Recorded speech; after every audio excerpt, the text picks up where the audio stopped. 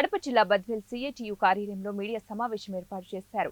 ఈ సమావేశాన్ని ఉద్దేశించి సిఐటియు జిల్లా కార్యదర్శి కె శ్రీనివాసులు మాట్లాడుతూ రాష్ట్రంలో నూతనంగా ఏర్పడే ప్రభుత్వం కార్మికులకు అండగా నిలబడాలని, గత ప్రభుత్వం ఇచ్చినటువంటి వాగ్దానాలు అమలు చేయకపోవడం వలన ఘోరంగా ఓటమి పాలైందని, ఇప్పటికైనా కొత్త ప్రభుత్వం కాంట్రాక్ట్ అవుట్సోర్సింగ్ కార్మికులందరికీ కూడా రెగ్యులర్ చేసే విధంగా అడుగులు వేయాలని కోరారు.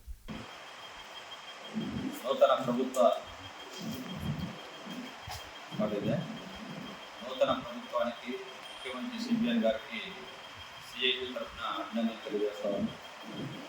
రాష్ట్రంలో ఉన్నటువంటి కాంట్రాక్ట్ అవుట్సోర్సింగ్ కార్మికులందరినీ రెగ్యులర్ చేసేటట్టుగా చర్యలు తీసుకోవాలని చెప్పి కోరుతాము.